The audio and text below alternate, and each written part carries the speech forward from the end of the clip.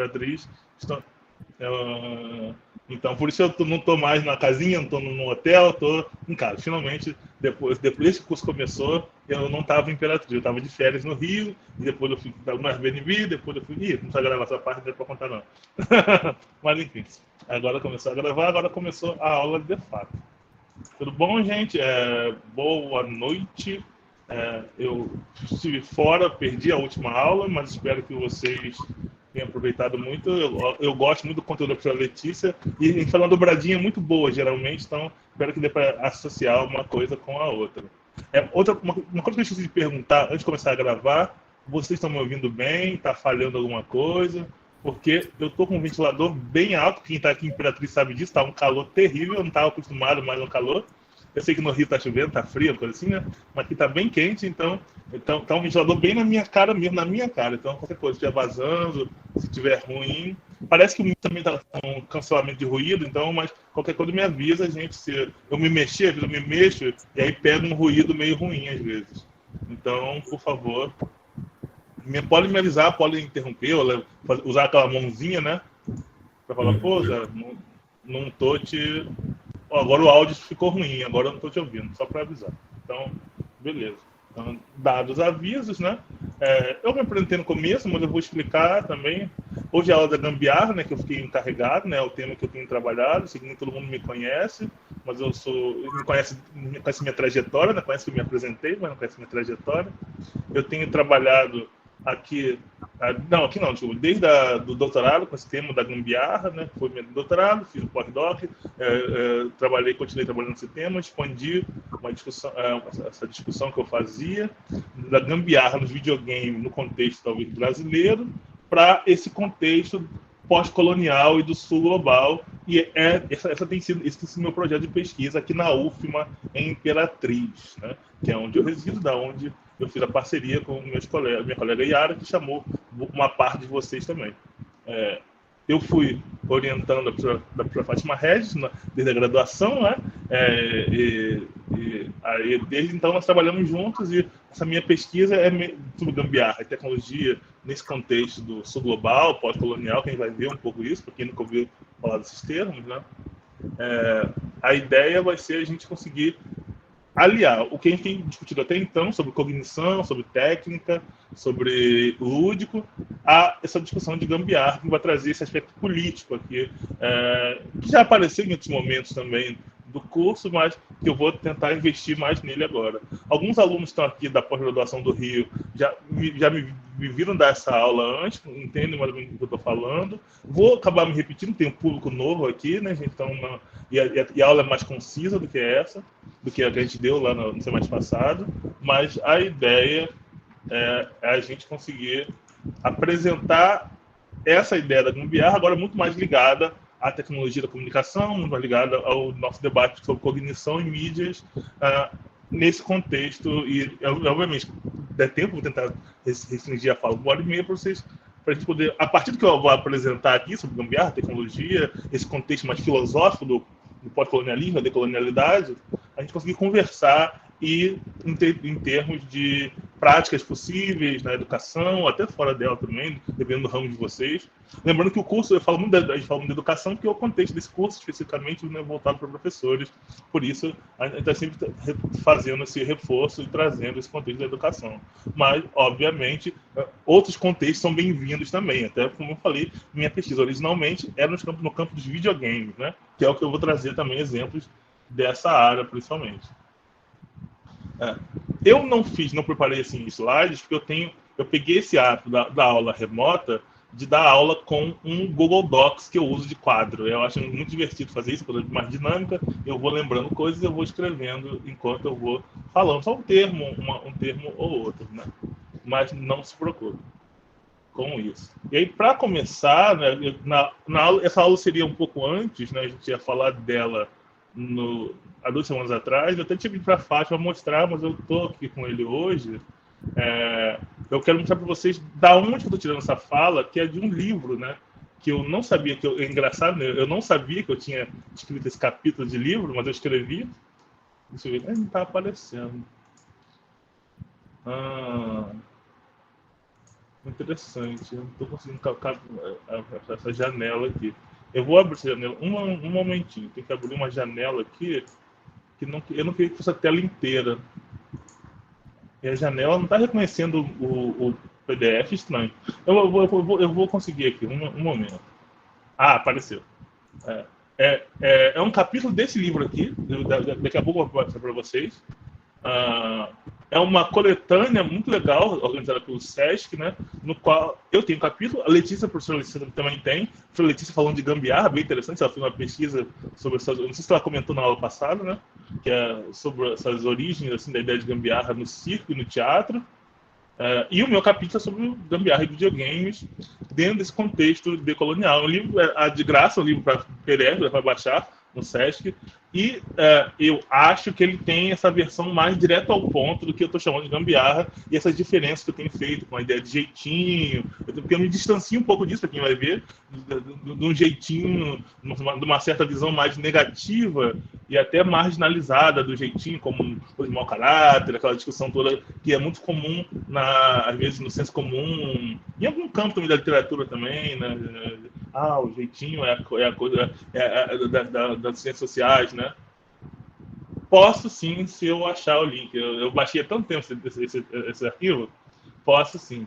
É, eu acho que eu só acho ele buscando pelo Sesc. Eu só ver se não vai travar aqui o notebook que eu uso. Mas eu vou baixar. Eu vou continuar falando e aí depois eu falo.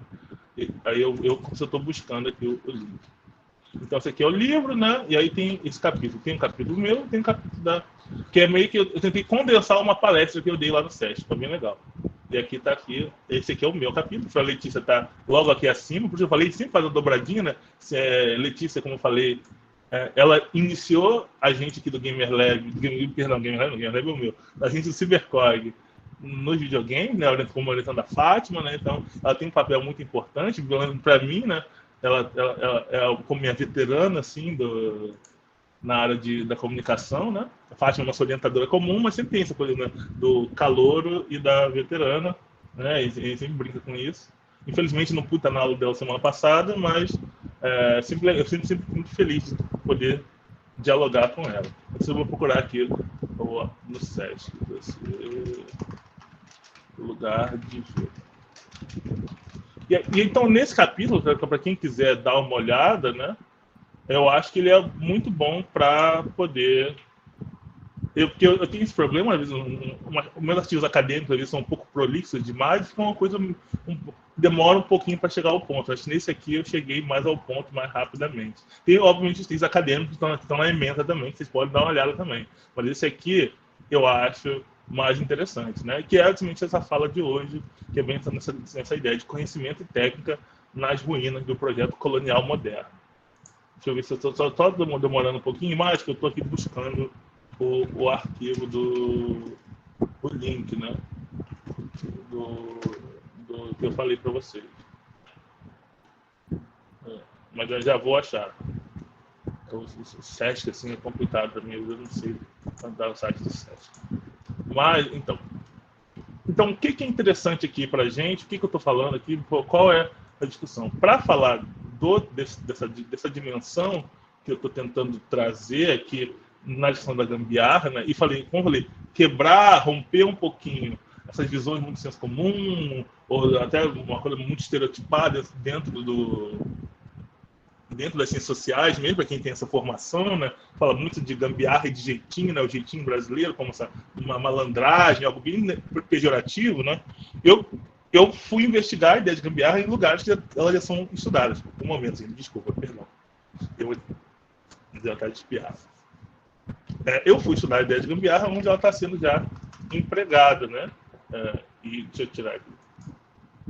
Deixa eu botar aqui. Né? Que tradicionalmente, né, ela tem uma certa reverberação já nas artes e também na antropologia. Na antropologia, eu cheguei via a ideia de antropofagia, que eu acho muito importante, né? E nas artes também sempre ligada muito a ideia de antropofagia também. Então,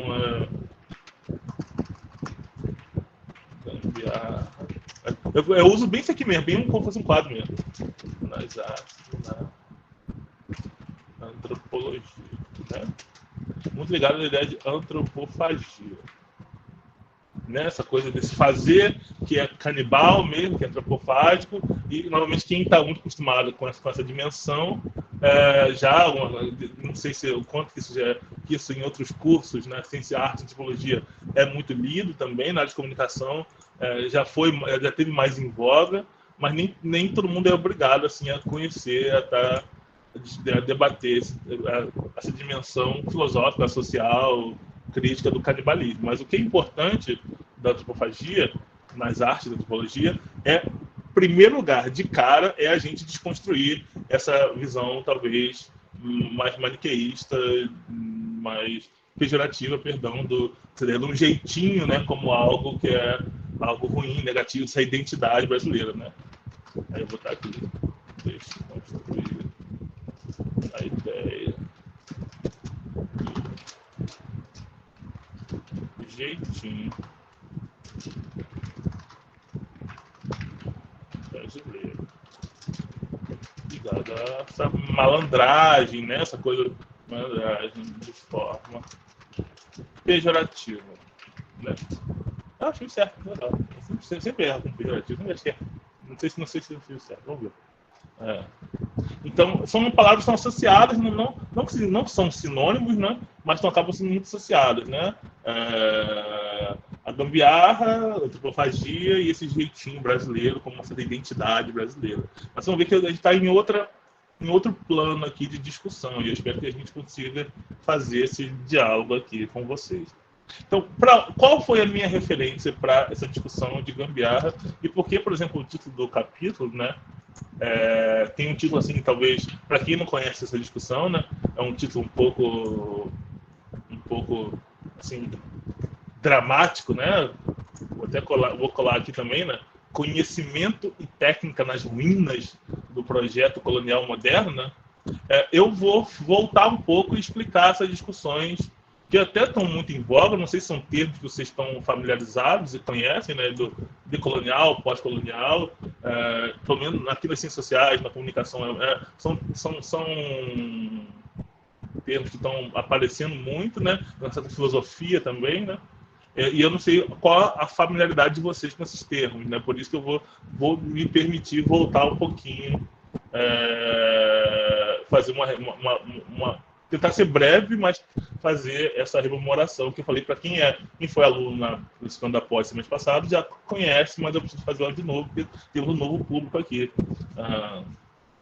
Então, eu acho importante trazer novamente essas referências.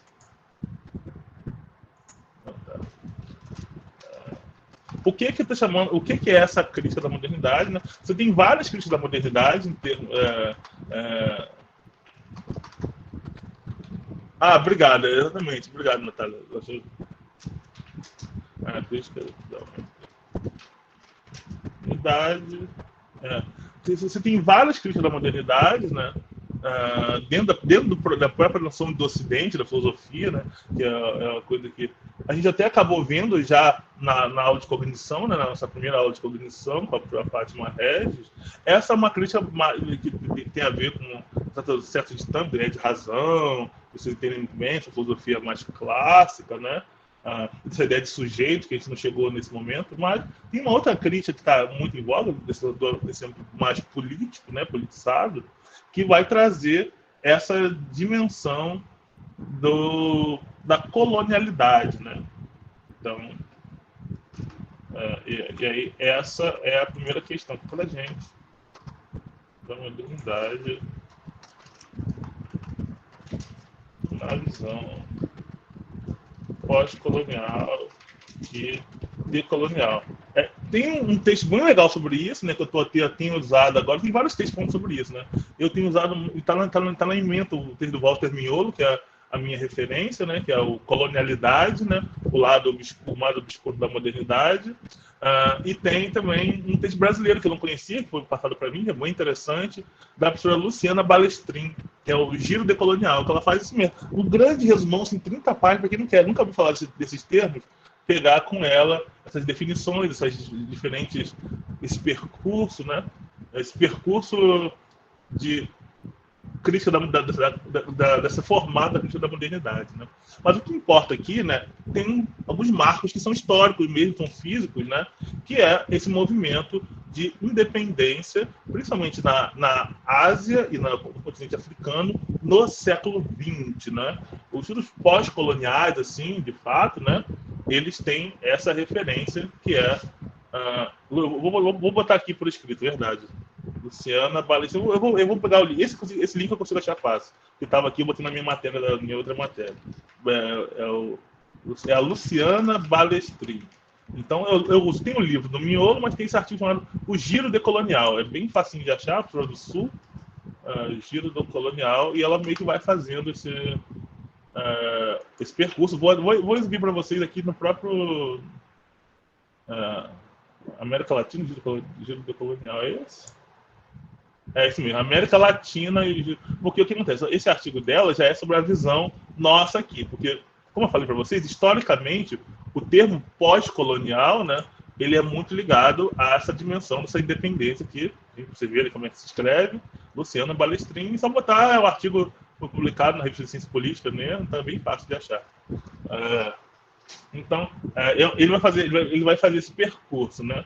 Então, historicamente falando, assim, em termos geográficos, você tem uma localização desse pós-colonial do termo pós-colonial, né? Que é a partir desse movimento de independência de países, né, da Ásia e também as ex-colônias também no continente africano, né? Você tem, então, o pós-colonial, esses são grupos de intelectuais de base marxista, né, então, principalmente, né, e que pós a revolução, né, essas revoluções de independência, né, e aí principalmente se vai pegar uma das principais e mais famosas é a indiana, né, aproveitar aí a morte da rainha, né, esse debate voltou aí, né, não à toa, não é, a morte da rainha da Inglaterra, né, e justamente foi esse movimento de independência dessas colônias, não todas são britânicas, né? Tem a França também, tem colônia pra caramba aí também. Diferente da América Latina, né, que teve esse movimento muito na América Latina, que teve esse movimento no século XIX ainda, né? Esse caso, esse movimento pós-colonial, né, ele é muito localizado, ele tem uma localização histórica que é as ex-colônias europeias que conseguiram colônias europeias conseguiram a independência no século XX. Né? Então você tem o quê? Você tem o pós-colonial vindo desse movimento que tinha um nome bem curioso, bem interessante, né? Que começa, talvez esse nome vocês conheçam, não sei, né? Que são os estudos subalternos. Eu vou voltar, eu percebi que eu estou escrevendo aqui, vocês não estão vendo. Né? Estão vendo a Luciana Balestrin. Eu vou voltar aqui para escrever. Então, esses subalternos eram um lugar muito importante, ainda é um lugar muito importante, porque eles começam na Índia, né? Na Índia, e um dos textos mais interessantes, que também está voltando agora, pelo menos a ser lido, é um texto da década de 80, 90, né? 80, originalmente, mas está voltando a ser lido no nosso contexto atual do Brasil, é o Pós-Subalterno Falar, da Spivak, né? Por isso que eu sei que talvez vocês tenham ouvido esse nome, né?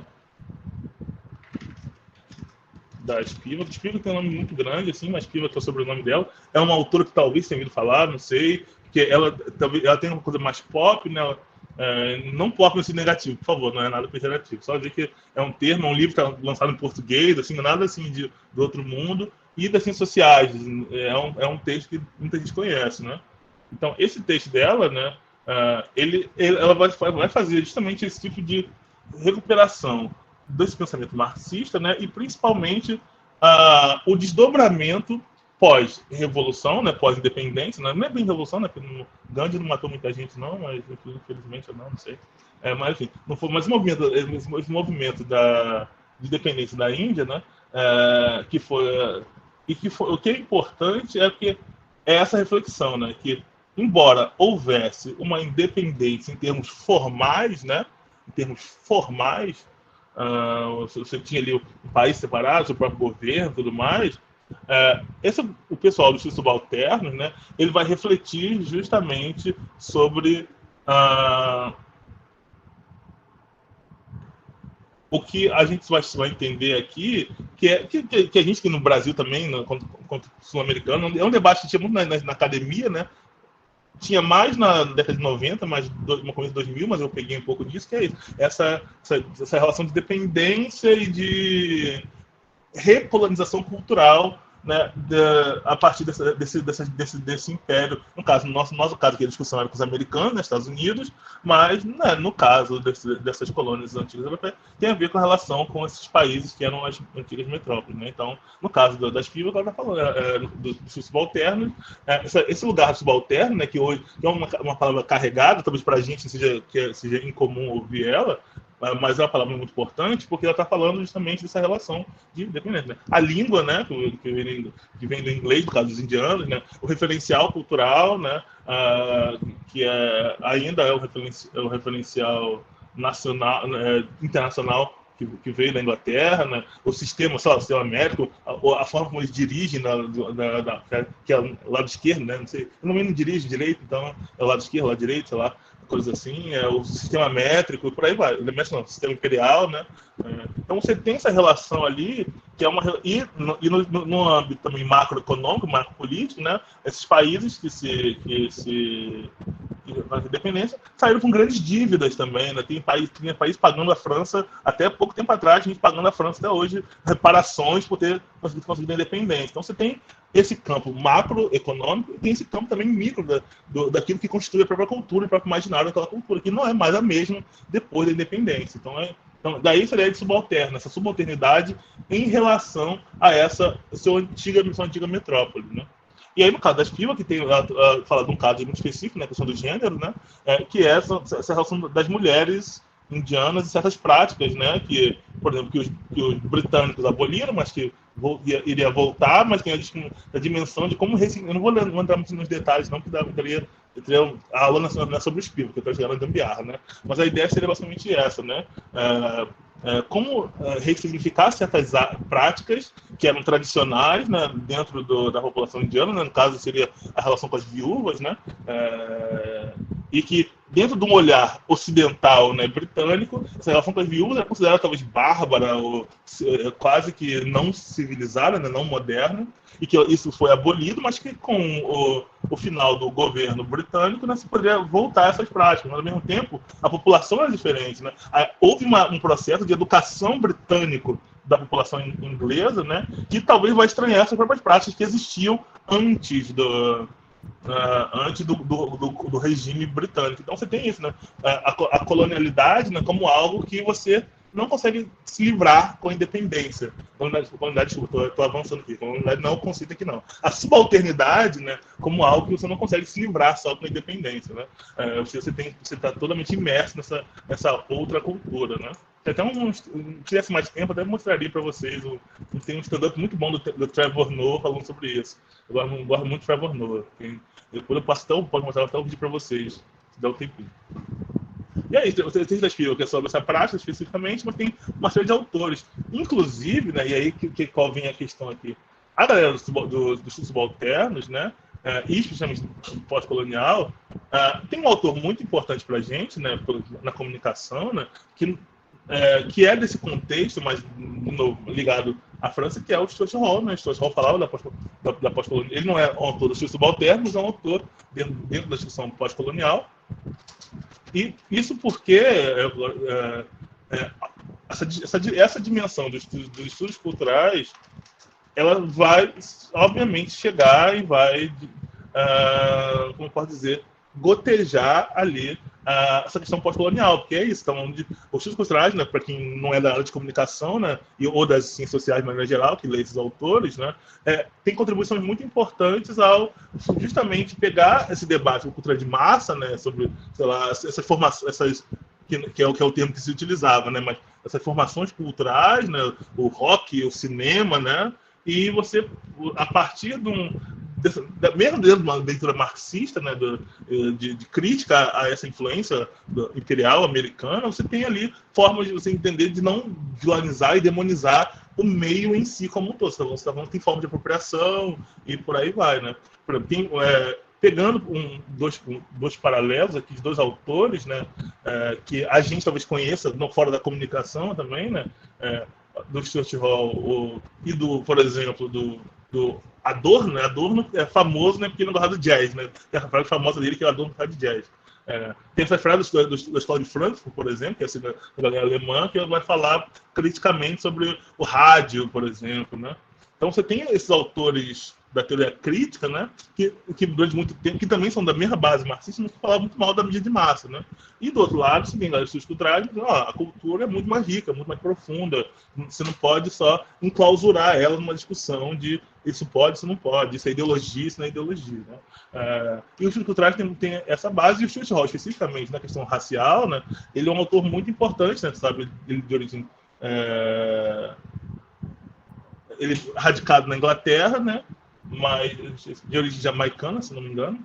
Então você tem ali todo um debate ali sobre esse processo de aculturação racial da pessoa negra, por exemplo, que é muito importante a gente ter em mente dentro dessa perspectiva filosófica e também de modernidade. Que é isso, né?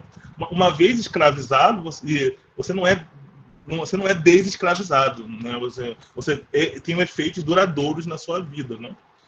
Então você tem ali todo um debate, né, sobre que para a gente, né, se acaba a gente aqui da cultura, né, e eventualmente da educação também, né, é uma da gente da comunicação, né, que se expressa em termos de mídia, né, representação midiática, né, e por aí vai, mas que o Culturais, que é essa cadeira importante para a comunicação, que eu não sei como é que é lida em outros campos, né,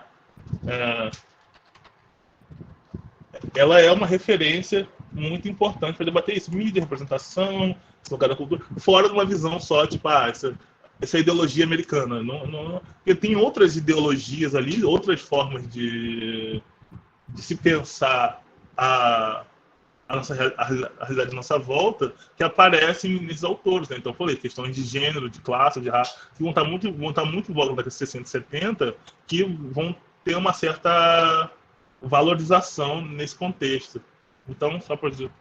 e aí, especificamente, com a Spivak também, né, que vai falar de gênero, representação de gênero na cultura indiana, né, e em relação também a esse histórico colonial, né?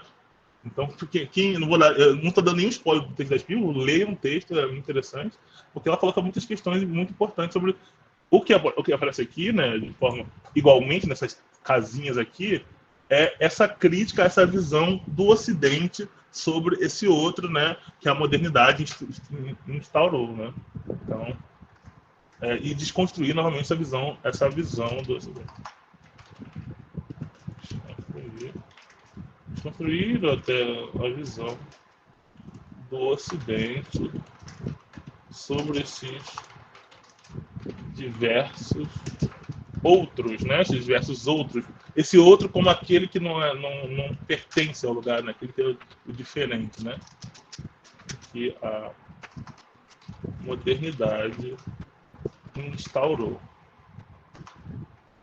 E aí, daí que vem essa ideia de, em primeiro lugar, os subalternos, como era originalmente conhecido, né? De você explorar e denunciar e mostrar essa situação, essa modernidade, é isso, é a situação em que nós vivemos, né? Outro autor importante desse contexto de estudos subalternos, pós-colonialismo, estudos culturais, né? É o Arjun Apaduraj, que também é de origem indiana, né?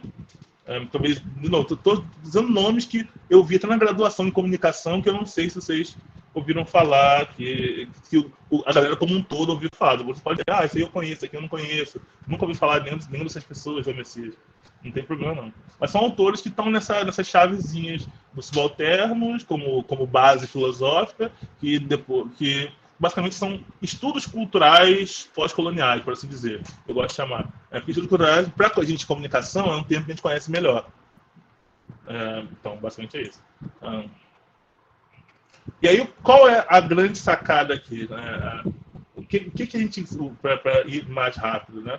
O que a gente tira daqui? Qual é um desses grandes conceitos, né? Então, a ideia de pós-colonialismo, ela, a seu tempo, ela chegou a se tornar um pouco controversa, né? Porque se você for pegar muito no pé da letra, e alguns autores pegam muito no pé da letra, né? O pós-colonialismo significaria o que acontece depois do colonialismo, mas aí justamente a ideia é que o colonialismo não tem o colonialismo, né, ele teve um fim, mas a colonialidade não tem fim. Eu não entro nesse preciosismo, mas de fato o conceito permanece, né? Que é essa ideia de que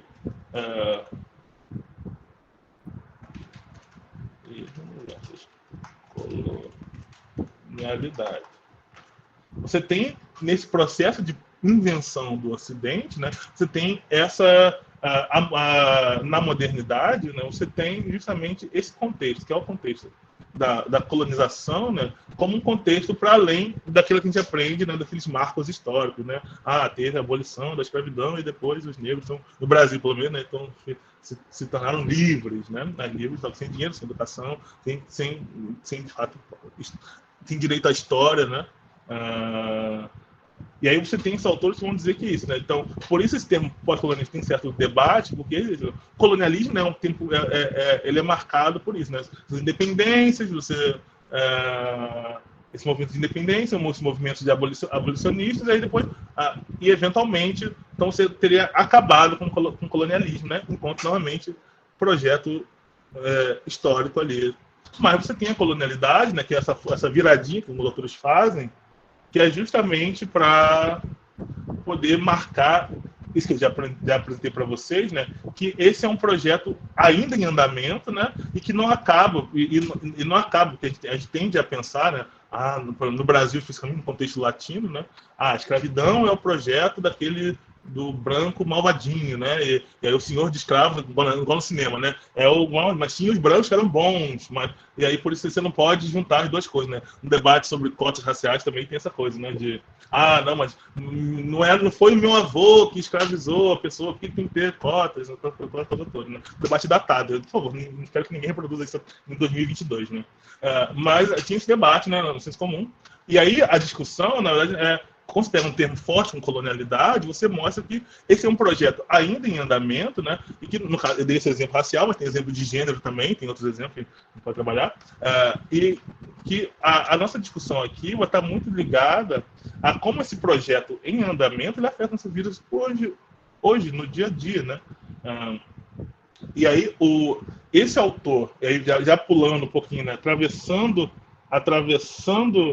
o Atlântico, né? Esse autor chamado Aníbal Quijano, que é peruano, né? Ele vai propor, dentro de uma discussão, que é uma discussão da economia política, né, da ideia de sistema-mundo, né? Sistema-mundo, ele vai propor essa ideia de sistema-mundo colonial. Sistema-mundo é um cara chamado Wallerstein, da economia, mas o que ele vai propor é o sistema-mundo colonial moderno para explicar o estado do que a gente entende como Ocidente e com todas as suas discussões e digressões e tudo mais, né? E esse termo, né, sistema colonial moderno, ele vai dizer que é baseado nessa ideia de colonialidade do poder. Então você tem o quê? Você tem uma série de autores, né, que são importantes para a gente aqui, que faz uma constelação mesmo de autores que nem todos estão dizendo a mesma coisa, mas estão todos criticando a modernidade ocidental, esse projeto que tem uma localização específica, né, europeia ou euro-americana, né? Tem um autor camaronês radicado na África do Sul, que é o Achille Mbembe, que está muito em voga, que é o cara do necropolítica, né? Que ele vai chamar de ele vai fazer o amálgama da Euroamérica justamente para pensar justamente em conjunto o imperialismo com o colonialismo, né? Porque o imperialismo, né, americano com essa nova faceta, com essa outra faceta do colonialismo. Mas indo um pouquinho para trás, né? O que é interessante falar aqui, e está nas textos da Balestrin, para vocês entenderem essas supostas divisões, é que uma coisa se mantém, que é igual na visão latina e na visão asiática e a barra africana, né? Que é essa ideia de que o projeto colonial não se encerra com a independência. Isso é muito importante. Até porque na América Latina, esse movimento de independência, embora aqui é curioso, né? O Brasil ele teve uma experiência diferente do resto, dessa América mais espanhola, né? Com esse movimento de baixo para cima, né? De independência, né? Simão Bolívar, tudo mais, que revolução mesmo, né? O Brasil não, o Brasil, como sabe, está comemorando 200 anos aqui agora, né? Uma ótima discussão para ter em sala de aula com seus alunos, né? É essa discussão, né? Do Dom Pedro, esse legado do Dom Pedro, como a gente meio que celebra Dom Pedro I como se esse monarca que nos tornou independente para ser súdito dele no Império Brasileiro. Ele só mudou isso, mudou de rei português para ser imperador português, né? Mas a celebração da independência é essa, curiosamente, né? Não teve nenhum crown, assim, igual teve lá no Reino Unido para poder dar um parlamentarismo, né? Foi realmente de monarquia para outro tipo de monarquia. Então é interessante, novamente, a gente pensar, e eu estou trazendo esses elementos mais nossos para poder já trazer junto, né, esse contexto, né, que é esse contexto colonial como fundamental para discutir a ideia de gambiarra, né, contexto colonial. Para discutir. Porque o que eu quero dizer, né, é que esse contexto ele vai afetar não só da mesma forma que a galera do subalterno já lançou lá na década de 80, né, 70, 80, não, 80, né, a galera do posto do subalterno lançou, a galera da colonialidade vai também dizer que é isso, né? Essa é uma questão que não é só macroeconômica ou das teorias econômicas da independência e tudo mais, né? Ela envolve toda a cultura, por assim dizer, né? Envolve a nossa identidade, envolve nosso modo de vida, né? Envolve uma palavra que eu gosto bastante, né? Que é a nossa forma de produzir conhecimento, né? Que a gente tem, aqui, né? Nessa altura do curso, né? A gente já entendeu que conhecimento não é só aquele conteúdo, né? Que eu vou passar a palavra já. Que não é só aquele conteúdo que a gente aprende na escola. O conhecimento é essa visão, esses modos de vida, modo de estar, né, na relação com a cultura. Mas quer falar uma coisa fácil, pode me mandar ver. Desculpa interromper, mas eu estou aqui me coçando, né? Porque eu acho o seguinte, Zé, espero que ajude, mas é só para vocês pensarem o seguinte: o que isso tem a ver com as nossas questões de aprendizagem, né? Por exemplo, tem a ver que a nossa cultura letrada é totalmente eurocêntrica, né? A gente se pauta no impresso, basicamente, né? Isso junto também com aquela nossa primeira aula, né? De como que a cognição tem a ver com as habilidades superiores da mente, né?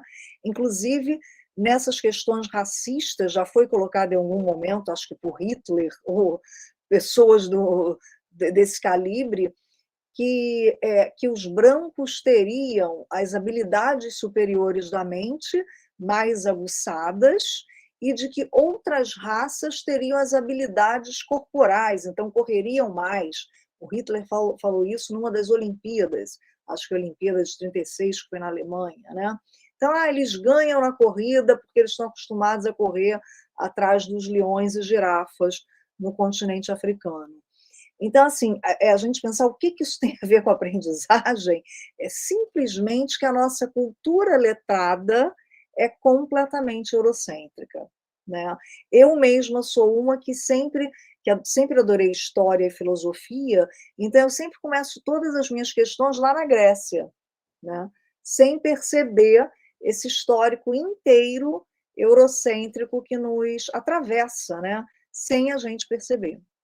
Né? Então, só queria colocar isso, Zé, para as pessoas entenderem como é que isso vai nos ajudar a pensar outras formas de letramento, a criticar a aprendizagem e todas essas questões que nos são concernentes, né? E como que a cognição ampliada, no que ela vai buscar da força, né, e espaço para as outras habilidades sensoriais e motoras, ela é uma alfinetada na cultura letrada e na cultura eurocêntrica, né? Era isso, Zé, eu estava aqui me segurando, mas eu achei que complementa bem e as pessoas entenderem como é que as coisas se conectam, né?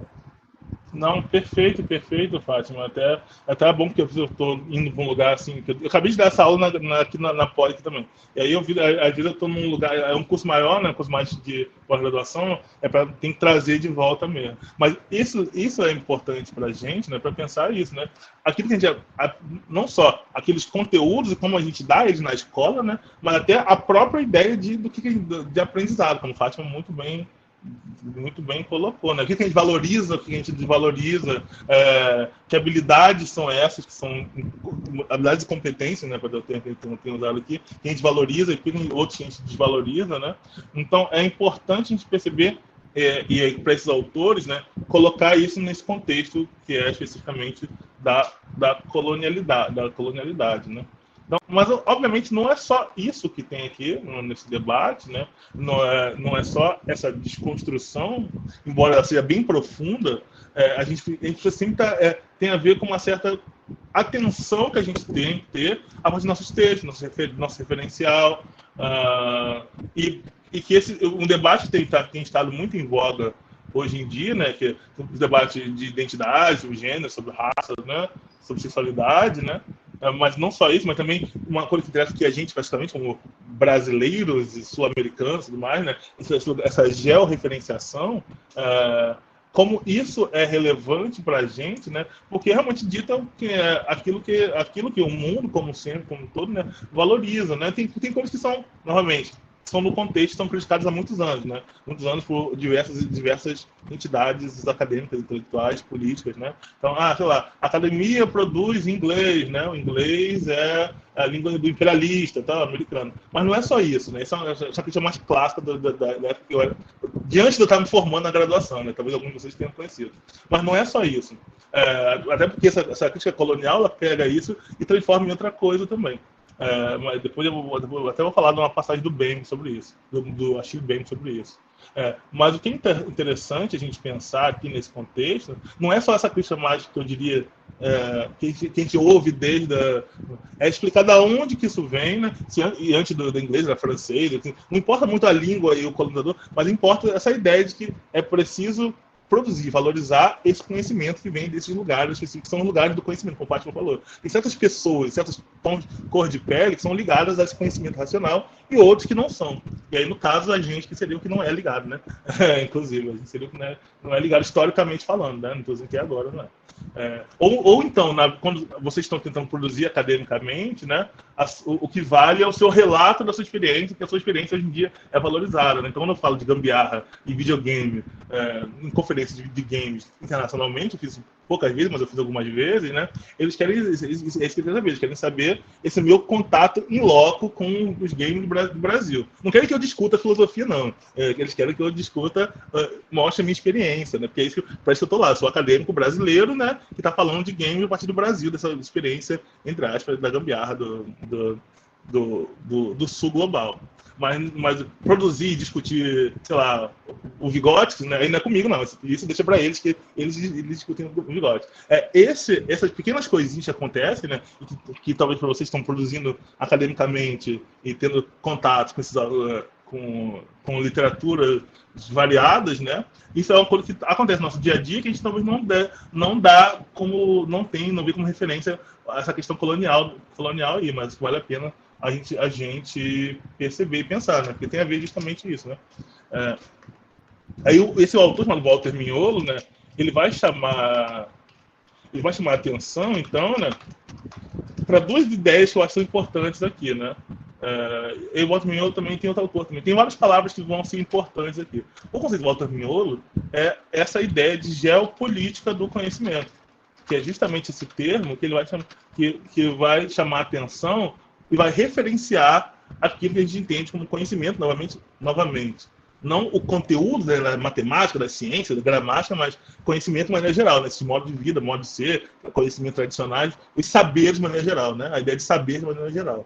E aí esse termo dele, que tem outro artigo que eu posso passar para vocês daqui a pouco, né? Que também está publicado em português, né? Tem um livro que eu uso, mas tem um artigo que está publicado em português, sobre a política do conhecimento.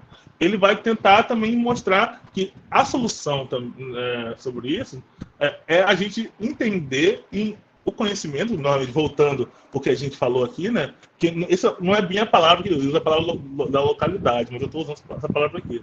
Conhecimento como algo situado, né? Aí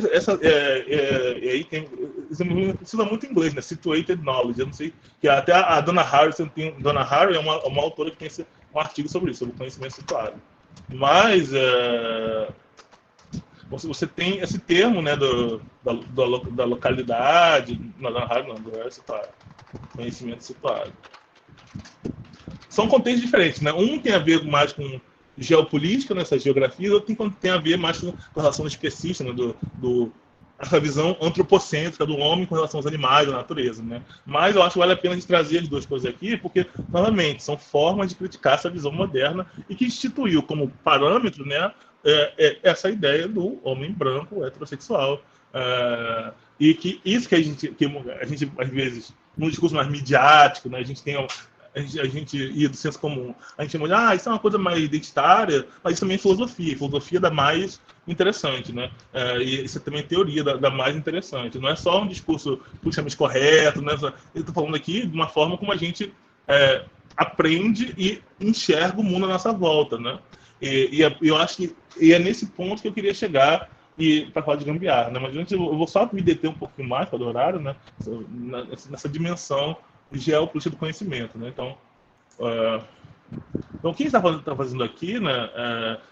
Essa dimensão geopolítica do conhecimento tem a ver com o que eu falei anteriormente, né? Da gente que produzindo ciência, né? Produzindo filosofia, produzindo teoria da América Latina, né? E o Miolo, ele é argentino, mas radicado nos Estados Unidos, né? Ele dá aula na Duke University, que eu não sei o que é, mas é nos Estados Unidos.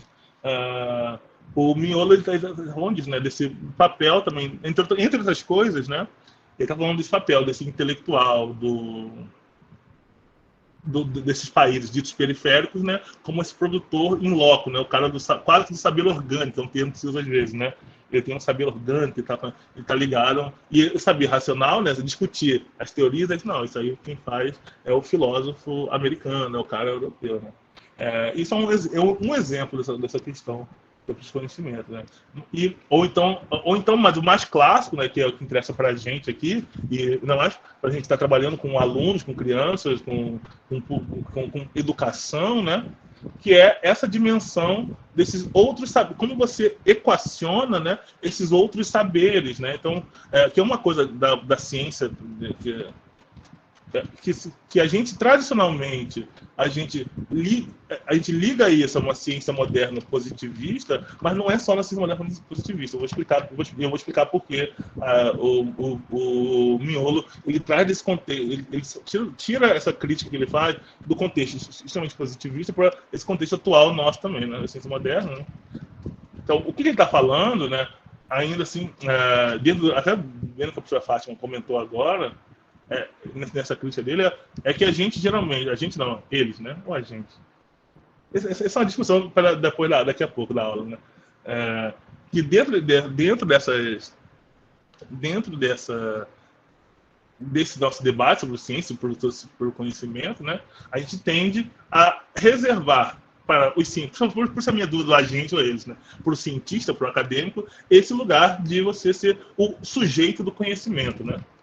Então é isso, é a Fátima Regis, é o Zé Messias, né, a Luciana Maia, é a Letícia que vão instaurar e vão passar o conhecimento para as outras pessoas que são os alunos ou as pessoas que não sabem do conhecimento, né? Vão passar o conhecimento para vocês que são os alunos, né? Então, obviamente, eu sei disso, que a educação já me desconstruiu isso há alguns anos, já desde Paulo Freire e tudo mais. Mas o que eu estou falando aqui também é um próprio olhar, né? Esse olhar que não tem a ver só com uma autoridade, tem a ver com esse olhar de dizer como as coisas são, né? De dizer, esse poder de nomear, né? Então, por exemplo, o mais clássico disso, né? Eu falei, você tem que voltar lá para a ciência positivista, né? Da antropologia, da sociologia, né? Que ia estudar os entre aspas, selvagens ou os bárbaros e dizer, nossa, essa sua cultura, ela não é nem um pouco civilizada, né? Porque ela não segue nos padrões aqui europeus de comer com garfo e faca, aquela coisa toda. Essa autocrítica já foi feita. E ainda assim, tem multiculturalismo, que é esse debate da década de 90, que eu não vou conseguir fazer aqui, que já foi feita essa autocrítica ao positivismo. Já.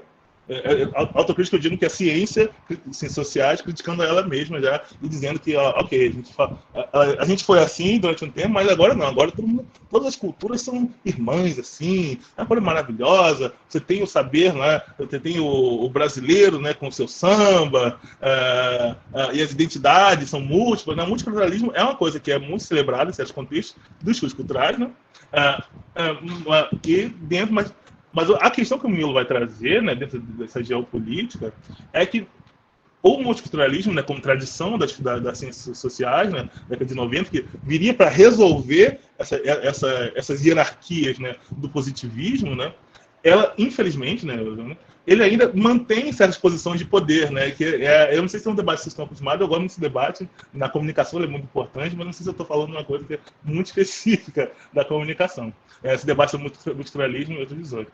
E aí, por isso que os autores do conhecimento situado, localizado, eles vão fazer críticas ao multiculturalismo, né, das múltiplas identidades, na base, a partir dessa ideia da localização do conhecimento, que é o seguinte: não basta apenas você dizer, não, que a identidade brasileira ela é diferente da nossa, eles produzem ciência, porque você acaba levando você ainda mantém essa posição do outro, né? Então você acaba colocando ainda esse outro desse padrão que é o padrão colonial, né, como aquele que é o divergente do seu, só que é o diferente, só que não é mais menor, mas ele é diferente, ele está produzindo uma outra coisa. O saber ainda é o de Harvard, né? O Harvard ainda é o padrão. Mas o que faz no Brasil, mesmo na FRJ, na UFMA, que seja, o que faz no Brasil é uma coisa um pouquinho diferente, né? É o cara e para ele, pro Mignolo, né? Isso é muito importante se manter, estar atento e estar vigilante, né? Porque você tem aí ainda esse, não é o resquício, não é o mesmo positivismo, né? Mas você tem esse resquício ainda de você não valorizar e de você valorizar um certo caminho filosófico e intelectual, né, que vai passar especificamente pelos mesmos cânones e pelo mesmo lugar do conhecimento europeu ocidental. Então, a discussão é essa, por exemplo, existe filosofia fora do exemplo da Grécia, né? Esse é um debate muito importante, né? Ou se essas formas de pensamento sistematizado das populações é filosofia ou é uma outra experiência, né? Então, esse é o debate que está muito em voga, né? E que, de novo, eu vou fazer um outro name drop muito rapidinho, mas que está no cerne de uma coisa que é muito importante, né? E é um grupo de autores também que é muito relevante, são esses autores da chamada virada ontológica da antropologia. E aí eu vou chegar de novo, vou voltar finalmente para a antropofagia, para o canibalismo. Então, esses autores, né, que são antropólogos, né, eles vão fazer uma virada muito interessante, né, que é justamente da mesma pegada, embora não seja do mesmo campo, né, ciências sociais e o Mignolo é mais dessa campo das letras, né, mas eles conversam muito bem assim com a dona Harvey, né, tá nesse bolo também. A virada ontológica da antropologia, né, é muito ligada a esses nomes aqui, né, o Tim Ingold, o Felipe, não sei como escreve o nome dele, não. Depois vocês buscam aí. Eu acho que é assim, o Philippe Descolat, e o que interessa para a gente aqui, o Bruno Latour e o brasileiríssimo, né? Brasil, Zil, Eduardo Viveiro de Castro. Não sei se você conhece esses autores, não sei se algum deles é familiar para vocês, né? Fora da turminha da Fátima da comunicação, mas o que é importante aqui é essas críticas que esses autores estão fazendo dentro das ciências sociais, ao mesmo tempo que estão entendendo que a modernidade, enquanto projeto, ela instaurou, né? Eles não são necessariamente decoloniais, não, gente, eles são outra coisa. Mas ao mesmo tempo que essa modernidade decolonial, ela instaurou certos lugares, essas posições de poder, né? E que, supostamente, os debates da década de 90 sobre multiculturalismo vão tentar... Peraí, deu um problema aqui. Tudo bem? Olá. vão tentar, de alguma forma, mitigar, né, a partir dessa... Muito da discussão sobre pós-modernidade, que não vai dar tempo de fazer, desculpa, gente, em 2 horas. Mas o que o Davi de Castro vai fazer é ele vai, no trabalho dele, para quem não conhece, não é? Ele está trazendo uma perspectiva ameríndia, né, das populações ameríndias, né, tradicionais, que vivem nesse território que a gente chama de Brasil, né, que até isso a gente tem que passar a questionar, né, o que é Brasil, né? A ideia de Brasil, né, enquanto uma unidade, ela é uma construção colonial, não é? A gente tem diferentes povos, as pessoas, né, algumas pessoas trazidas para cá à força, né? Inclusive, né? E esses limites territoriais, as fronteiras, né? Então, até o Brasil ela é questionável dentro desse referencial. Identidade brasileira nem se fala, então também questionável, né? Mas o que o Eduardo Vieira de Castro está fazendo quando ele está trazendo essa discussão desse pensamento ameríndio, né? Que eu não vou entrar em detalhes aqui, mas tem a ver com o que eu vou chamar aqui de antropofagia depois, né? Ele está falando do modo de vida, do modo de existência, né? De populações ameríndias, vou botar aqui. Modo de existência, vou até escrever aqui. Modo de existência.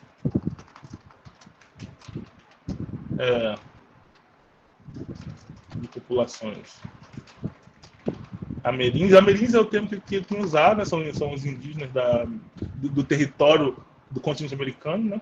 E ameríndias. Então, ele está falando desse monte de populações ameríndias, né? E o que ele faz é o seguinte: olha só, o que eu estou falando aqui, esse modo de vida deles, né, como antropólogo, né, a partir do meu relato etnográfico, né, isso aqui é conhecimento também, não só conhecimento como um saber tradicional, né, conhecimento como coisa, isso é conhecimento e você tem que ler isso aqui, entender da mesma forma que você vai ler um Hegel, da mesma forma que você vai ler Marx. Esse aqui não é, como um antropólogo, né, ele incorre nesse pequeno probleminha, né, de tentar se apagar nesse processo, não tenta se apagar, não sei se seria um erro da minha parte dizer isso, né? Mas ele está dizendo que, olha, isso aqui não é eu, não sou eu que estou dizendo, né? Uma parte do pensamento ameríndio, e essa reflexão que eu estou falando, que eu estou trazendo para vocês, né? Ela tem que ser lida junto e ao lado, né? Do Hegel, do autor, né? O autor, do filósofo, não é só o cara da academia, né? Esse conhecimento aqui tradicional não está no lugar, né? Claro, pode estar. Não está nesse lugar só do exótico ou do tradicional ou numa caixinha. Você tem ali um lugar importante, né, que é um lugar que deveria ser... Aqui conhecimento, é um modo de ver, né, igualmente igualmente válido, assim como as teorias mais avançadas e mais que a gente consideraria mais interessantes, de Foucault, de Deleuze, de filosofia. Ele não vai dizer que é filosofia, porque filosofia é sinônimo mais ocidental mesmo, então ele não chamaria de filosofia, né? Mas esse pensamento ameríndio é um pensamento tão interessante quanto, sei lá, quanto qualquer outra coisa que a gente está lendo aí na academia e aplicando como se fosse, sei lá, o conceito de biopolítica de Foucault, você tem esse conceito aqui que ele está trazendo, né? Aí o conceito que ele traz de fato, né, é o perspectivismo ameríndio, né, que, para quem conhece o termo, né, tem uma ressoa do Nietzsche ali, da filosofia alemã, mas o ameríndio, que eu infelizmente não dá tempo de explicar, que eu falei, que ele não é necessariamente decolonial no estilo atual, ele rejeita a referência do Ocidente, não é bem isso, não, e eu não toquei muito nesse assunto, mas vou tocar daqui a pouco, que eu continuo na gambiarra. Não é decolonial no sentido de rejeitar. Até a ideia de decolonial não é essa. Mas o que é interessante aqui é você colocar em paridade, né, esses autores e essas referências, esse conhecimento como conhecimento mesmo. Né? Tipo, um é menor que é tradicional. Né? E aí, dentro do perspectiva ameríndio, que é interessante, né, ele vai retomar a discussão da antropologia, né, sobre a antropofagia, né, sobre o canibalismo. Né? Então, ele vai tomar essa discussão da antropofagia, né, do canibalismo, né? Tem esse livro famoso dele, né, que é um manifesto canibal, que é um livro mais filosófico, que tem essas referências. Eu vou passar a palavra para ele. E o livro que tem a etnografia completa, um livrão de 500 páginas, é o Inconstância da Alma Selvagem, né? Da Alma Selvagem. Muito uma referência, obviamente, ao grande mestre dele, né, que é o Lévi-Strauss, né? Aí o Lévi-Strauss, ele até O Vieira de Castro é muito engraçado. Para quem gosta, para quem acompanha filosofia, teoria, né? O Vieira de Castro chama, o professor, igual eu também falando da Fátima, né? Ele chama o Lévi-Strauss o primeiro pós-estruturalista, né? Ele é o estruturalista mais pós-estruturalista que existe, ou não estruturalista. Mas pode falar, Fátima. Não, Zé, na verdade, desculpe, mas só para te falar que já são 7h16. Sim, não tinha na gambiarra, né? Na gambiarra e deixar um tempinho para eles comentarem, só isso. Desculpa, assim, com pesar no coração que eu faço comentário. Não, mas tá certo mesmo, tá certíssimo. Chegou 8 horas, as pessoas, né, às vezes já estão cansadas, ou até tem outros compromissos. Sim. Mas é bom que eu cheguei já na antropofagia, eu cheguei mais rápido dessa vez. Então, o que pro Vieira de Castro, como é que ele enquadra, né, tem um enquadramento, não, tem a antropofagia dentro da sociedade que ele estudou, né? Ele estudou os Arauetés. Né? Primeiro, ele não estudou, né? Ele vai falar nesse sentido, né? Ele aprendeu com os Arauetés. Ele foi o aluno dos Arauetés, meio que tenta usar essa nomenclatura mais inclusiva, né? Ele foi aluno dos Arauetés e meio que transformou isso em livro, né? Não sei se ele concordaria com a minha leitura do texto dele também, não. Não sei se alguém aí foi aluno do Vieira de Castro. Depois manda ele se ver comigo, se ele não gostou da aula que eu dou sobre o texto dele. Essa é a aula que eu dou sobre o texto dele. Mas, enfim. Então, tem esses dois textos que são importantes, né? Então, o que ele está falando ali sobre esses conceitos, que aí o conceito ele cunhou, mas a partir dessa experiência dele com os Arauetés, né? Lembrando que a antropologia está se criticando o tempo todo, né? Então, obviamente, se esse lugar do antropólogo como o sujeito, né, que está ali para colocar o seu ponto de vista, isso já tinha passado há muito tempo, já passou muito tempo. Então, por que ele vai falar, né? Porque o nosso papel não é mais colocar esse relato etnográfico, né, como se fosse ao mesmo tempo que não é também a nossa a visão, né?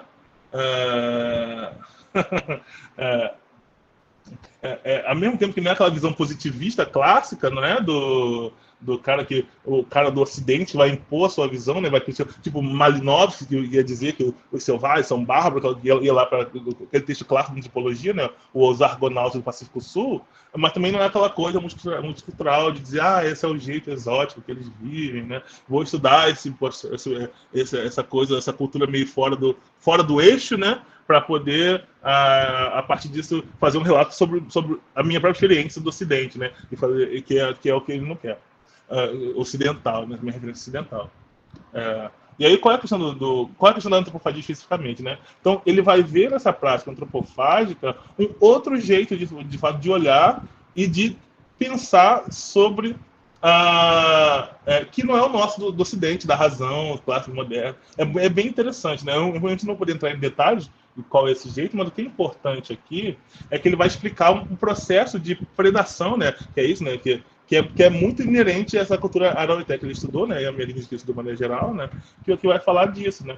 Que vai falar dessa distribuição de agência, né?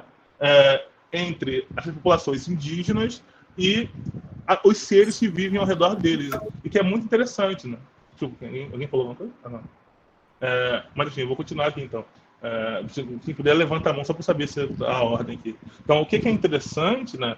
Aqui, nesse ponto, o que ele vai dizer é isso, né? Ao mesmo tempo, né, que a gente que se tinha visões muito clássicas, né, sobre essa antropofagia, sobre o canibalismo, né? Uma visão é de dizer que o canibal o indígena que pratica o canibalismo era o selvagem, e o outro era que a outra visão é que você compunha um certo exotismo ali, né? E para aproximar, né, essa prática, que era uma prática específica dentro de certas populações, né?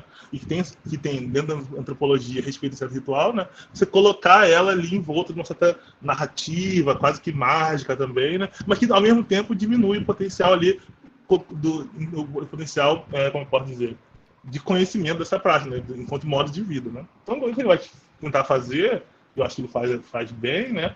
É recontextualizar o antropofagia, ele faz uma revisão em Consciência da Alma Selvagem, faz essa revisão assim, de tudo que se escreveu sobre o canibalismo e como todo mundo estava errado até ele chegar, obviamente, como todo bom intelectual faz. E o que é interessante é essa forma, o que ele vai tirar do perspectivismo, é essa forma que, como a predação, né, se insere nesse contexto de que, ao mesmo tempo que você tá ali consumindo, né, o seu inimigo, né? Ele vai relatar muito, é muito lindo esse ritual, né? Porque você não é, porque a gente tem essa imagem de Hollywood, né? Que é aquela coisa de carne, você pega uma carne, morde um braço, mas não, é um sopão que se faz, o corpo vai diluído, todo mundo bebe um pouquinho, né? É um sopão, é bem legal esse sopão que ele fala do canibal que ele está explicando, né? E aí nesse processo, né? A pessoa antes de ser de fato entre as vezes diluída no sopão, ela é recebida na cultura, recebe esposa, até casa, tem todo um processo muito interessante, que eu já vou... Então, o que ele vai falar é isso, né? Que a única coisa... o que até está no título do livro, né? Esse processo para os ameríndios é um processo, na verdade, de transformação, né? E nesse processo, não é uma inimizade, começa com uma inimizade, né? O contrário que ele vai chamar, né? Mas essa inimizade, diferente do outro do Ocidente, que é diferente, né? Ele come o outro para virar o outro, para absorver o que tem de importante no outro, né? Para absorver esse outro. Então, essa antropofagia, né? Ela começa com uma inimizade, mas depois mas só come o contrário depois que ele vira seu. Que é bem interessante. Então, depois que você trouxe para a cultura, que ele ganhou uma esposa, esposa é um termo ocidental, né? Ganhou uma companheira, uma parceira, depois que está na cultura, aí que a pessoa é devorada. Devorada não, bebida, né? É um caldinho. E aí o que é interessante é esse processo. Então, a passagem dele vai falar, absorver o outro nesse processo de transformar. E aí o que é interessante, a parte do objetivismo, é que eles vão ver essa predação como a base do sistema deles, de organização social deles, entendeu? Então, assim como os próprios ameríndios fazem isso com os inimigos, né? A onça que eventualmente vai caçar eles, né? Também faz o mesmo processo, né? E todos são sujeitos. É muito interessante essa coisa do sujeito, né? A relação do sujeito, não no sujeito no sentido ocidental de sujeito, mas todos têm agência, né? E aí esse é o ponto que eu queria chegar aqui. E eu sei que parece um salto muito grande, né? Trazer a gambiarra dos videogames aqui, né? Mas é que pegando esse contexto colonial, né? A ideia que, nossa, eu sei que não vai dar muito tempo de falar, muito, 20 minutos, né? Aí 7h40, meio que passo a palavra, né? A ideia de gambiarra dos videogames, ela chega para mim como essa experiência antropofágica, né? Da gente absorver esse contrário, que é o Ocidente, né? Que é esse lugar da gente nada mais ocidental, capitalista dos games, né? E transformar ela em algo que pode, não vou dizer positivo, que não é uma questão de positivo e negativo, né? Absorver o Ocidente, né? A relação com a técnica também, que é muito importante para a gente, né? Com a industrialização, são todos os debates que eu faço que são muito importantes de se fazer, né? Esses processos de modernização, de industrialização, que são a base que a gente entende que é a modernidade, o Ocidente, e que essas gambiarras de videogame que eu estou estudando, para mim, são esse índice de que, olha, tem uma coisa ali que foi diferente, né? Deixa eu botar até aqui, escrever para não se perder, né? Absorver o Ocidente, né? Ou esse processo de modernização, industrialização ocidental. Eu acho que esse é o ponto aqui da gambiarra do videogame, porque o videogame é esse produto por excelência da cultura digital, como já explicou, é o produto por excelência desse capitalismo atual nosso, né? Que aí entra discussões sobre neoliberalismo, né? Que você joga o joguinho, né? Aí o joguinho pede seu celular, que pede com seu nome, você perde do seu pai, da sua mãe, você está jogando, e todo mundo meio que tem suga todos os seus dados ali para dentro, né? No qual o produto é você, né? Como daquele documentário famoso, né? Desse nosso neoliberalismo tecnológico, capitalista. E aí você tem, ao mesmo tempo, essas gambiarras, né? Que é uma coisa que não foi eu que inventei esse termo, já se usa muito nas artes, como eu falei para vocês, né? Muito utilizado, mas você tem esse processo que eu acho que é relevante a gente estudar da gambiarra dentro a partir do Vieira de Castro, né? Que você vai trazer justamente uma forma de acessar essa dimensão da industrialização, da modernização, que, na minha visão, né, ela tem subvertido esses ditames da racionalidade moderna, desse cliente ideal, né, que é o jovem, ou no caso de videogame principalmente, né? Que é o homem da faixa etária de 15 a 25 anos, branco dos Estados Unidos ou da Europa, né? Você subverte isso também, né? A partir de uma certa capacitação também técnica, né? Então, você tem aí, nós temos alunos aí, tanto eu na faculdade, como a galera que é professor, que adoram videogame, e professores que estão usando já o videogame, o filme, o que seja, em sala de aula, e que esse processo, e você chega nesse processo de ter uma dúvida, né? Poxa, passando esse game tem tiro, tem violência, tem uma representação estereotipada, né? E como é que eu faço? Mas ao mesmo tempo, se você só dizer que não é para usar porque é imperialista, você está num lugar que você está tentando ser anacrônico, porque o seu aluno está jogando, né? Seu aluno está jogando, tá consumindo essa mídia, né? Esse é um debate que se fazia também em termos até de, sei lá, do funk, né? Pô, como é que vai ouvir o funk? O funk tem um proibidão, tem... A cultura, como maneira geral, por os estudos culturais são importantes, né? Ela suscita esses debates, né? Proibido não pode, né? Não pode fazer, não pode pegar isso. Mas o que eu estou falando aqui é que o seu aluno está consumindo isso, né? Seu aluno, meus alunos da faculdade, ou o que seja. Então, o debate tem que ser mais propositivo, né? O que você pode aproveitar, o que você pode trazer, né? Em termos de contranarrativas, em termos de... no caso do videogame, especificamente, né? Nossa discussão sobre letramento aqui, midiático digital, que você pode aproveitar a partir dos videogames, né? E dessa inserção do videogame na cultura, que ela... É difícil dizer isso, mas ela não vai embora tão cedo, né? E aí, nesse sentido, a gente aqui no grupo, né, tem favorecido, né, privilegiado essa discussão sobre os elementos lúdicos, né? Em vez de focar nesse conteúdo, né, que pode muitas vezes ser realmente repreensível do jogo, né, a gente está focando nessa virada afetiva e lúdica, que é o que os jogos eles promovem para a gente, né? Como a gente pode, a partir desse debate, né, não esquecer o conteúdo, obviamente, não para esquecer o conteúdo, mas como a gente pode canibalizar esse conteúdo a nosso favor, né? A nosso favor, independente do que é o nosso favor, o que você chama de nosso favor, né? Como eu digo, nosso favor, por exemplo, falando do ponto de vista desse professor, né, de universitário sobre comunicação, que está trabalhando ali com games para adultos já, né? Sou professor de universitário, não sou professor de adolescente, menor de idade, né? Não sei quem é professor, não é o meu caso. Então, se o jogo tiver tiro, violência, sexo, não tem nenhum problema para mim nesse momento, no primeiro momento. O que importa mesmo é estudar essas mecânicas, essas interfaces, que tem de lúdico, o que é interessante. Até porque eu estou em outro lugar. Mas a gente pode ver também esse processo da gambiarra ali, né? Porque aí chegando na minha pesquisa, né? Eu identifiquei práticas que os alunos, né, jovens de 15, sabe, de 10 anos até 18 anos, né? Eu acho que é fundamental, né, a gente pensar nisso, né, que são práticas que estão sendo feitas. Então, o que eu estudei efetivamente, para dar aqui um exemplo, né? São jogos, por exemplo, de futebol, né? E que a galera, que eles querem fazer, que tem como tem hoje em dia, né? Você tem uma certa forma, muito uma facilidade de customização a partir desses elementos digitais, né? Então, você tem a convergência de mídias, né? Que a gente já falou, já tratou aqui em outras aulas. Então, é muito simples, né? Para alguém até com um celular, né? Editar uma imagem, minimamente editar um vídeo, né? E aí essa galera com computadores, sem saber programar, o que eu acho muito relevante, se interessava por isso, por, sei lá, pegar um jogo de futebol desse, né? E o Neymar, na época, que eu fiz, mudava o cabelo a cada semana, tipo o infame, eu chamo hoje de infame, né? O infame Gabigol, que tá me decepcionando muito na vida.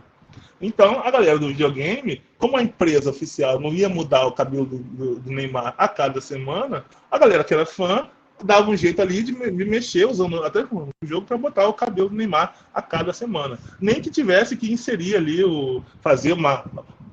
dar um jeito no Photoshop, ele embaixado, craqueado, obviamente, né? Meu debate sobre pirataria também, craqueado no Photoshop, e aí trazer e colocar lá no jogo, dar um jeito de colocar. Uma cultura muito de tutorial também, né? Muito interessante. Então, eu quero falar para vocês isso, né? Porque meu ponto de vista é o ponto de vista de quem está observando uma série de práticas, que olhou isso, no caso de jogos de futebol, né, mas também de outros jogos, né, que são, mas futebol é uma coisa muito muito cativante, né? E mostrou como eu perguntei isso para os meus informantes, né, que tem um trabalho mais etnográfico, então eu não tenho dados massivos, eu tenho só essas 5, 6 pessoas que eu conversei, né, e que eu segui durante um tempo, né, que é o mesmo jovem, sei lá, que talvez não tenha tanto interesse, tão focado em aprender, né, conceitos, uma aula, se sentar para dar uma aula de design, de Photoshop, de sei lá, que a pessoa necessita mais formal, a pessoa talvez não esteja tão interessada, mas para botar o cabelinho do Neymar, ele vai assistir tutorial de sei lá, 30 minutos no YouTube sobre Photoshop e vai aprender a colocar lá para poder jogar do jeito que a pessoa quer, né? Então, para encerrar, já para ir encerrando, né? O que eu acho importante desse debate sobre antropofagia nos videogames, de gambiarra nos videogames, para mim, e lembrando que da onde eu comecei, né, eu comecei num debate sobre cultura hacker e pirataria, para chegar nos videogames, né, mostrar, tem um termo, tem uma expressão que se usa, né, assim como que o Vieira de Castro vai falar de absorver o outro e nesse processo alterar-se, né, que é o processo da antropofagia, enquanto questão cosmopolítica, né, que é uma coisa mais profunda do que eu estou trabalhando, né, o que eu estou falando aqui, né, é que dentro desse nosso debate de tecnologia, né, e de videogame, bens e consumo, né, produtos culturais, o que aparece é uma situação muito interessante de um autor que eu sempre referencio também, né? Que é o Lawrence Liang, é um autor de estudo de pirataria, né? Não sei quem gosta de estudo de pirataria, eu gosto bastante. Que ele vai falar, né? Que a pirataria, né? Já pegando de práticas que são meio da fronteira, né? A pirataria, né? É uma forma de experimentar a modernidade nos próprios termos, né? Que é isso, ele está falando do contexto da pirataria, desses bens e serviços que estão bombardeados para a gente. A série nova do não sei de quem, do Game of Thrones, o celular mais novo, mais potente, que tem a rede social mais nova. No meu caso aqui, jogos como Free Fire, que talvez você não conheça, mas seu filho certamente conhece, seu filho, seu sobrinho está jogando. E você tem uma dimensão toda ali que, na visão desse autor, né, que tradicionalmente, né, esses autores mais clássicos de cultura digital e da cultura hacker mais tradicional, é criticada porque entendem, né, e aí eu vou dizer, dentro de um viés mais ocidental, que não é o correto, né?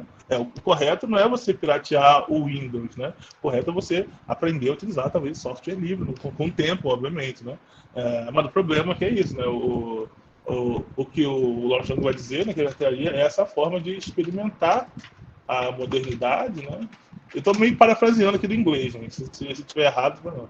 Nos seus próprios termos. Entendeu? E aí o que eu quero pegar, e aí que vale a pena a gente entender, é catalisar um pouco esse processo, né? Catalisar, não sei. E ver o que é possível de aplicar isso no nosso contexto aqui, em termos de oficinas, em termos de sala de aula, em termos de pesquisa científica, né? O que a gente pode fazer para pegar esse referencial todo aqui, essa crítica toda, e transformar nessa visão do Mignolo, da falar e entendendo essa visão informada, né, essa geopolítica do conhecimento, né? Você conseguir trazer, né, essas visões, esse conhecimento situado, essa dimensão local e mostrar como essas ações, né, não só o conteúdo especificamente, né, que pode ser repreensível mesmo, pode ser que o conteúdo seja um conteúdo, sei lá, não para 18 anos, mas tem uma ação ali que é uma ação que é interessante de se investigar para a gente na academia, na comunicação, e eventualmente de trazer em termos de sala de aula, em termos de ensino, em termos de prática pedagógica. Aí eu não sei, aí não é nossa parte, né? Eu quero ouvir de vocês também, o que vocês estão entendendo, né? Mas é isso, não sei se ficou muito filosófico, né? Tentei trazer mais para o final esses exemplos, não quis botar muito vídeo, assim, que é travar, né? Tem pouco tempo. Posso falar mais da coisa da gambiarra, deixei só para o finalzinho mesmo. E essas reflexões, estão nesse artigo que eu falei para vocês, que é justamente isso, né? Conhecimento técnico. Vou voltar lá para cima, né? Está nesse livro, né? Que é nas ruínas do Império Colonial, porque é isso, né? A ideia do Mignolo é justamente essa, né? Voltando aqui para o começo, né? Das ruínas do Império Colonial, você pegar aquilo que a gente discutiu até aqui do curso, né, a ideia de cognição, a ideia de técnica, a ideia de conhecimento, de ciência, exatamente, né, e você entender que o projeto colonial, né, e moderno, que se traduz também nesse capitalismo neoliberal que a gente vive aí, dos dados, né, que chama até de plataforma, né, plataformização, com fenômenos como esse, né, como eles tendem a esse processo de escassez, de precarização, e que a partir dele você tem essas frestas aí, que para mim essas gambiarras não são a solução, né? Elas mostram essas frestas.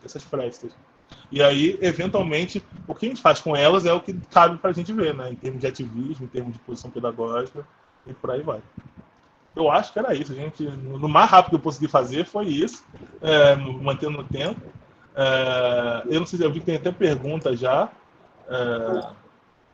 mas pode falar, Fátima. Tem sim. Não, pode terminar. Só para te dizer aqui o que rolou aqui no chat enquanto você estava falando, é que foi solicitado uma extended class sobre o assunto. O Patrick colocou aqui se não podia rolar um extended desse debate numa aulinha bônus no final do curso. Só os haters do positivismo on. Aí a Carmen super topou, a Luma Coelho também. E o Guilherme colocou uma pergunta aqui. É meio grandinho, você consegue ler o chat daí, Zé?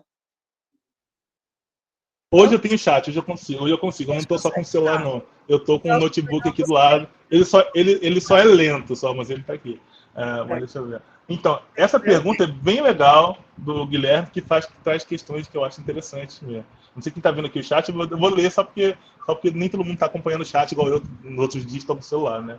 Então, o Guilherme fala: quanto ao uso do termo Ocidente no contexto de videogames, você chegou a pensar um pouco a influência do Japão em todo o processo de constituição da hegemonia dos videogames?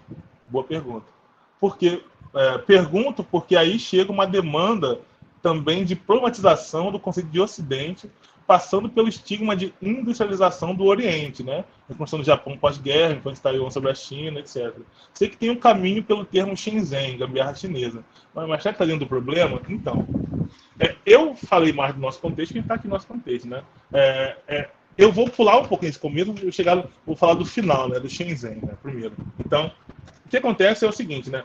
Esse nosso debate aqui sobre colonialidade, né, e Ocidente e tudo mais, né, ele vai estar, obviamente, ligado, né, porque o mundo ele não é isolado, justamente o contrário, né? Ele está totalmente...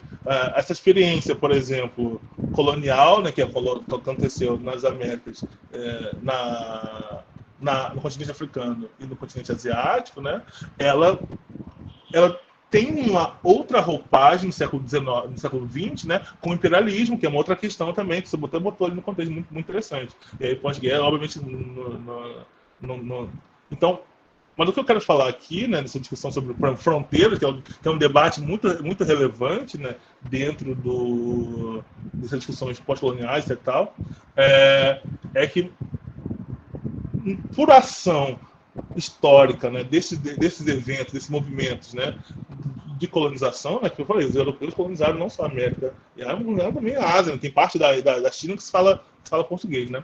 Você tem ali uma certa precariedade, né, que eu até tenho em outros textos meus, eu tento mostrar que é uma condição meio que comum que atravessa as fronteiras, né? E aí isso me leva até o termo que eu preferi não usar muito, né, para não confundir muito meio de campo, que é o tal do sul global, né? O sul global tá muito ligado a essa pergunta de Guilherme, né? E até por isso, uma coisa que eu percebi, que tá no meu projeto para estudar, até para escrever a respeito, embora outros autores tenham já inferido para isso, é que eu acho que sim, que há uma produção dentro desse processo de industrialização e modernização, né, e aí foi embora não tenha tido talvez experiências coloniais, essa receitinha de industrialização e modernização, ela veio do Ocidente para outros países, né? Até que você tem hoje nesse debate, né, um debate do que era o BRICS, né, pré-golpe, né, você tinha justamente essa crítica, né? A Índia, a Rússia e a China poluem, né? Não estão seguindo os padrões europeus de padronização europeia de práticas do clima, que é realmente muito verdade, uma questão muito séria, mas que tem a ver com muito ligadas justamente nós estamos muito ligados novamente a um padrão que é industrial, que vem da Europa, que é uma coisa que eu falo muito. As poucas vezes que eu consegui, né, viajar assim para fora, eu tomei muito susto, né, com esses rios limpos que eles tinham, né? E aí, acompanhando esse debate ambiental, desculpa, já falei com outras pessoas disso, né? Esse debate ambiental, eu percebi isso. O rio deles, o Danúbio, está limpo, Danúbio, o Sena está limpo, né? Porque o nosso está sujo, né? Nossa principalmente, né, em termos como estratégia, né, se você passou a exportar esse lado sujo da industrialização para outros países, né? E obviamente que querendo dinheiro, não dinheiro no sentido negativo, né? Querendo riqueza, querendo se manter, né, competição, você tem essa dimensão de você, já que vocês não querem mais esse negócio, a gente quer, né? Porque a gente quer ser um player global importante, e aí tem questões que fogem aqui a minha alçada também de macroeconomia, que eu não vou entrar nesse detalhe. Mas você tinha essa dimensão do BRICS, né? Essa produção, principalmente na Índia, né? Como nas vacinas, né? Índia, China ali como essa indústria, né? A indústria do mundo, né? Se a Amazônia é o pulmão do mundo, né? A China é a fábrica do mundo, né? E aí, então, você tem essa questão interessante, né, que eu acho interessante aqui para a gente, né, é que esses países, né, que são procurados justamente nesse debate nosso de precarização do trabalho, né, porque tem leis de trabalho flexíveis, né, entre outras coisas, porque eu sempre retomo essa atualidade do marxismo, sempre, né, mas o interessante aqui é o quê? É essa dimensão, como esses países têm palavras para gambiar para a precariedade. Eu já vou falar aqui, eu vou liberar isso. Em palavras para a precariedade são muito que devem ser, você trouxe o Shenzhen, né? Em Hindi tem o Jugad, né? Que é uma palavra para precariedade também, que é justamente para gambiar, justamente porque, para mim, eles são sinais que marcam esse processo, né? De industrialização meio que feita à revelia, né, após, né, esse processo ou de independência, né, ou, no caso das revoluções, esses movimentos assim. E aí o que é importante falar, agora chegando dos games, do Japão, né, especificamente, né, eu não sou especialista, eu estudei mangá muito tempo atrás, não sou especialista em geopolítica oriental, não sei se é isso, mas até podia falar para falar. Mas o que eu acho que é importante, né, inicialmente, é que eu acho que sim, esse modelo de modernização e industrialização, eu acho que é um modelo que foi meio que exportado ali junto. Porque é isso, você não tem só a colonialidade, do colonialismo, né, ela afeta até os países que não foram colônias, né, então isso é importante. Mas pode falar, Mayara, que eu deixei você, depois você continua. Não, o que eu queria complementar, que eu cheguei a falar no chat, mas eu sei que tem gente que não tá vendo, é que essa questão do Japão na Ásia, ele seria para os asiáticos o que os europeus são para a gente, porque eles têm, com a China, com a Coreia e com outros países da Ásia, essa relação de domínio. Eles chegaram a ter colônia na China, na Coreia, eles fizeram guerra, então, eles, depois da Primeira Guerra, eles tentaram se tornar um poder imperialista, tanto quanto os poderes imperialistas europeus. Então, quando você fala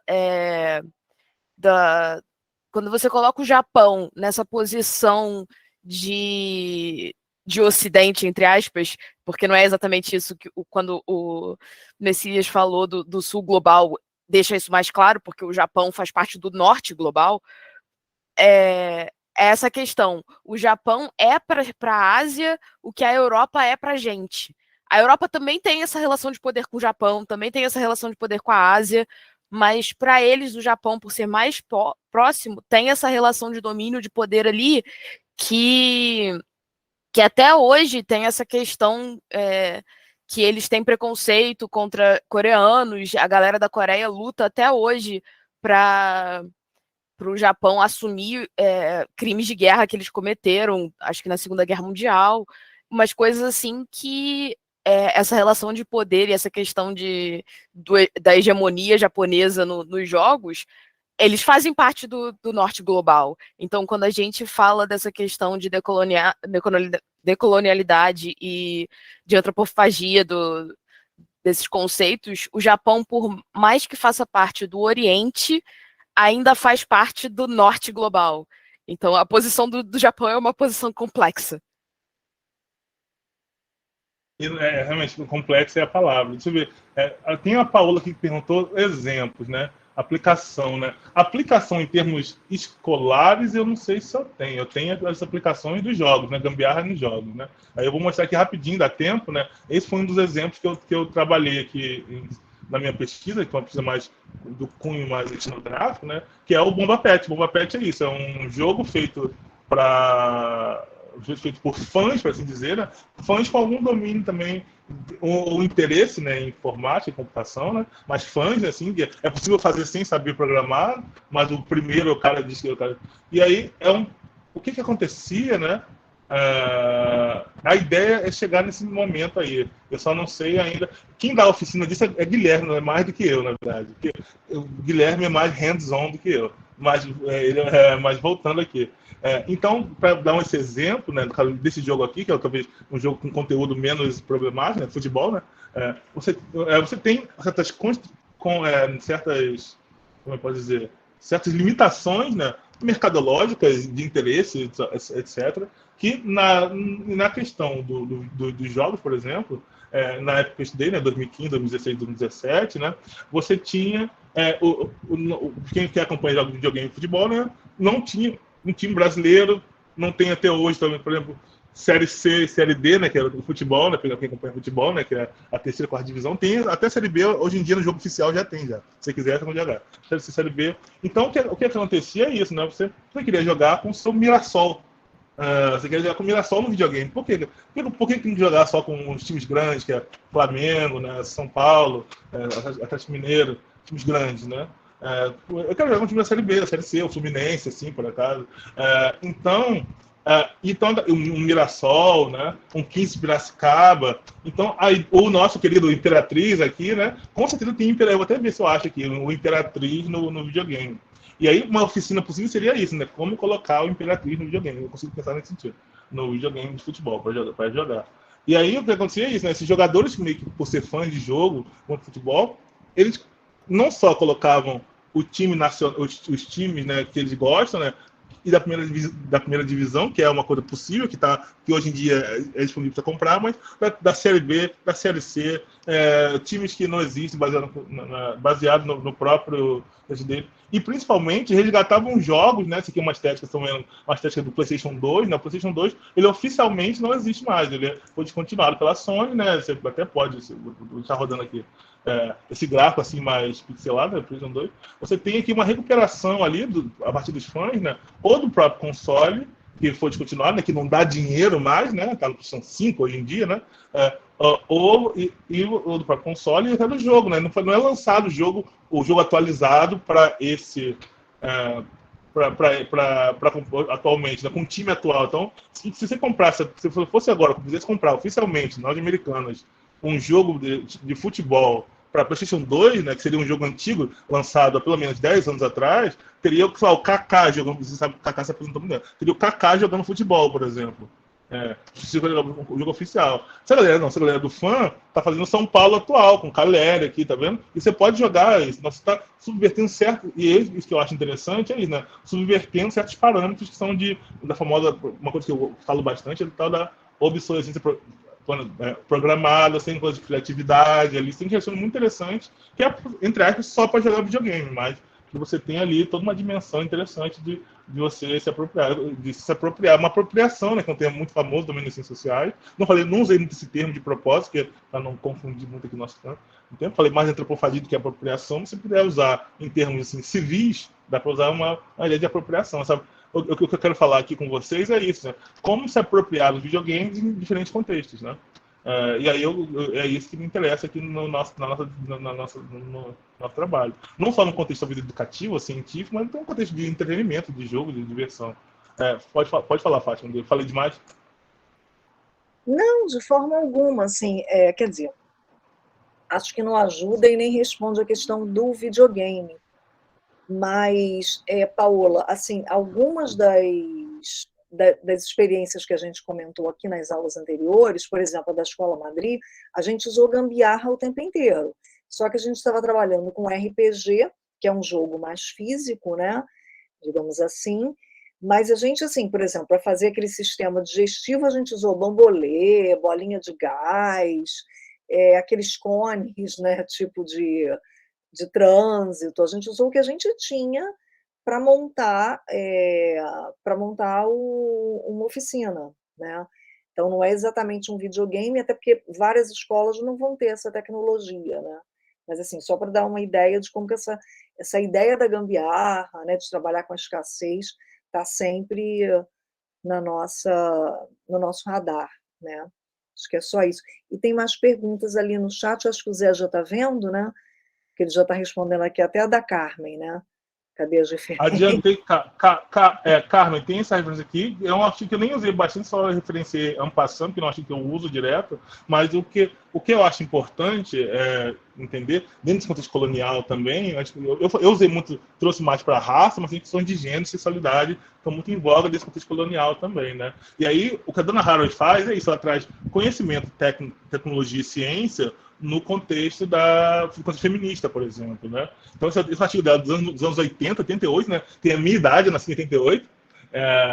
Ela tem esse texto mais famoso, que é o Manifesto Ciborgue, mas Donna Harold tem esse trabalho sobre epistemologia, sobre filosofia da ciência, história da ciência, né? Então, esse texto dela, eu só dialogada mesmo, talvez já tenha a versão em português dele, talvez, não sei. Eu só procurei ele em inglês, né? Dá um copy ali no DOI, por favor, porque eu não consigo copiar daqui. Sim, claro, eu vou mandar. Eu acho, como é um texto da década de 80, ele é fácil de baixar ele em inglês. Agora, baixar ele em português é outra história.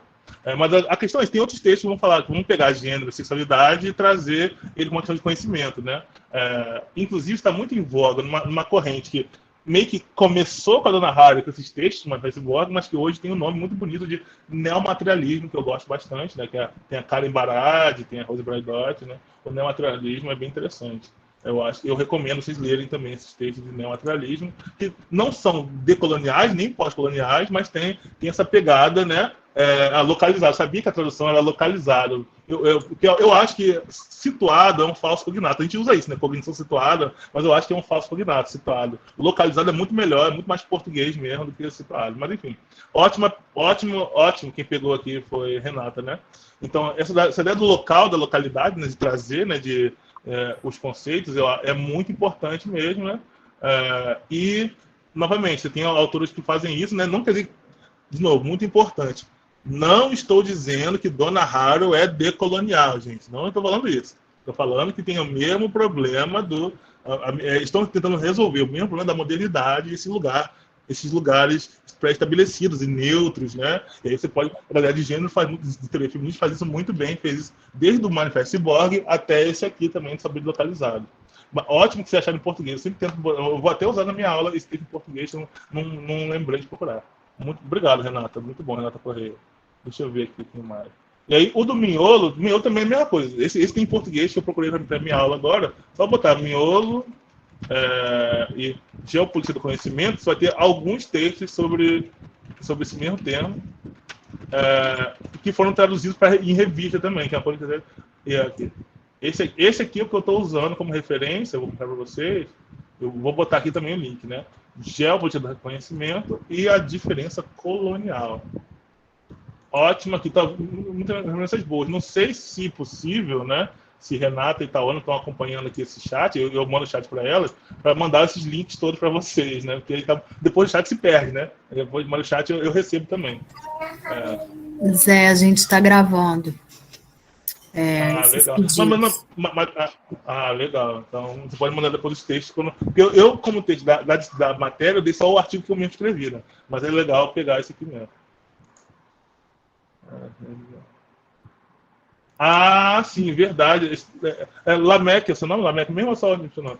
Esse debate é muito interessante, porque eu vi Bembe fez esse debate, né? Bembe falou disso outro dia, né, há uns anos, de forma até interessante, positiva, assim, falou, não, vamos abraçar o capital chinês e tornar ele nosso também, que aí tem um certo limite, né, desse negócio de abraçar. De fato, eu estou acompanhando esse debate também, né, nesse meu interesse de gambiarra pelo mundo, né, de tecnologia pelo mundo, né, eu acompanhei pelo Bembe de algumas palestras sobre isso, né, sobre o capital chinês, que eles, inclusive, eles esperam uma migração forte nos próximos 20 a 30 anos, né? Da China para o continente africano, né? Bem legal. Esse ponto é muito importante mesmo. Acho muito relevante porque esses novos jogadores, assim, eu estou usando o termo em inglês, players, não faço nada, né? Esses novos atores sociais são muito importantes, né? Assim como o Brasil, na América Latina, tem uma posição hegemônica também muito forte também, né, gente? Nós não vamos esquecer. Entendeu? Eu acho bem interessante mesmo. Então a gente pode. Não, mas, de novo, não quer dizer que todo mundo é colonial, não. Todo mundo está colonizando, não. Não, acho que tem esse. Colonialidade é um termo muito específico, acho que vale a pena a gente reservar para esse processo mais histórico da modernidade, do Ocidente. Mas eu acho que tem um processo ali muito importante, muito interessante, que é esses novos imperialismos, ou desimperialismos, coisa que valha, e dessas hegemonias. Isso tem sim, eu acho que vale a pena a gente criticar, pensar a respeito. Porque eu não quero também trazer aquele debate sei lá, de 30 anos atrás, que o americano também não pode, né? Ou o chinês não pode, né? Não é isso. Se você for fazer um boicote à China, você não vai ter papel higiênico, você não vai ter casa, você não vai ter carro, você não vai ter celular, você não vai ter nada. Então também tem isso. Também. A questão aqui não é bem um boicote, né? É simplesmente uma tentativa de você, que a vida fala de um jeito muito, muito entusiasmado, né? Contra esses imperialismos, mas é interessante a gente perceber isso também. Deixa eu ver quem mais. Mas eu acompanhei essa fala do Bembe, sim. O Bembe falou disso recentemente. Ele falou numa palestra sobre esse negócio também. Deixa eu ver aqui, o que mais? Alguém fala alguma coisa? Tá de boa? Tem emuladores aqui, então outra coisa, né? Tá. Sim, a preservação, sim, esse comentário é muito importante. O professor Emanuel e Letícia tem falado disso. Não sei se Letícia diretamente, mas o Emanuel Ferreira tem trabalhado com o negócio de preservação, arqueologia das mídias, a partir desse histórico brasileiro aí. Ele tem um artigo sobre Guerra dos Clones. Letícia falou disso no caso da interface gráfica também. Não sei se você está aí, né? Se você quiser falar sobre sua própria pesquisa, porque surgiu aí de preservação, eu sei que é mais a sua área do que a minha, né? Eu tive um aluno da graduação que trabalhou com isso também. Lembra, Zé? Eu acho que você não estava na banca? Que ele falou sobre pirataria no cinema. Exatamente mostrando como a pirataria no cinema, lembra disso? Também está preservando as diversas versões. Né? Porque, por exemplo, o Lucas, no Star Wars, ele foi revisando os filmes, né? Melhorando a parte toda de efeitos especiais. E só que, assim, alguns fãs gostam de ver o filme como ele foi lançado em 1977, né? E são exatamente os pirateiros. Atirou primeiro. Quem? Eu? Hans atirou primeiro. Não entendi. Esqueci que o Han Solo atirou primeiro, mas desculpa, se perdeu, gente. Atrapalhei você por causa do delay. Não, claro, exatamente isso. Ele mudou a história, não só os efeitos especiais, né? E realmente só graças à pirataria que tem essas versões anteriores, né? Então essa parte é bem legal mesmo. Não, isso tem que falar um de cada vez mesmo, desculpa, a gente falou em cima da Fátima e travou tudo, perdão. Não, pode ir. A preservação é um caminho que eu não cheguei a falar muito, nem trabalhar muito, mas ele é muito relevante mesmo. Eu passei o link aqui, né? E que tem a ver novamente com essa dimensão, né? Tem coisas que, por questões corporativas, não são interesse do detentor do direito autoral de preservar, ou de manter, ou mudar. Como o artista George Lucas pode dizer que não foi por questões financeiras, a questão da artística dele não, quero lançar de novo. E aí você tem uma coisa importante para a gente, que é pesquisador, que é colecionador, que é histórico, que é manter uma certa história mesmo. Não só do videogame, do cinema, do jornalismo, do que seja. E a pirataria tem sido também esse caminho de preservação, de contar a história, de coisas que não... a revelia de uma certa narrativa oficial do capitalismo, da modernidade. E essa foi a nossa pegada aqui. Não sei se eu falei muita coisa muito rápido, que deu 11 horas cravadas, 8 horas cravadas já agora. Não sei se mais alguém quer fazer alguma intervenção assim. E fica aí essa coisa no ar do Extended, da palhinha depois. Eu posso tentar explicar melhor algumas coisas. Realmente acabou sendo muito rápido, né? Sim, realmente, aconteceu recentemente. A Alessandra mencionou muito bem teve uma grande fusão aí, né, da Warner Discovery, né, a Disney, não sei o quê, que vendeu, que ganhou, comprou, e aí realmente começaram a tirar do catálogo um monte de coisa, né, e aí, sei lá. Mas é isso, gente.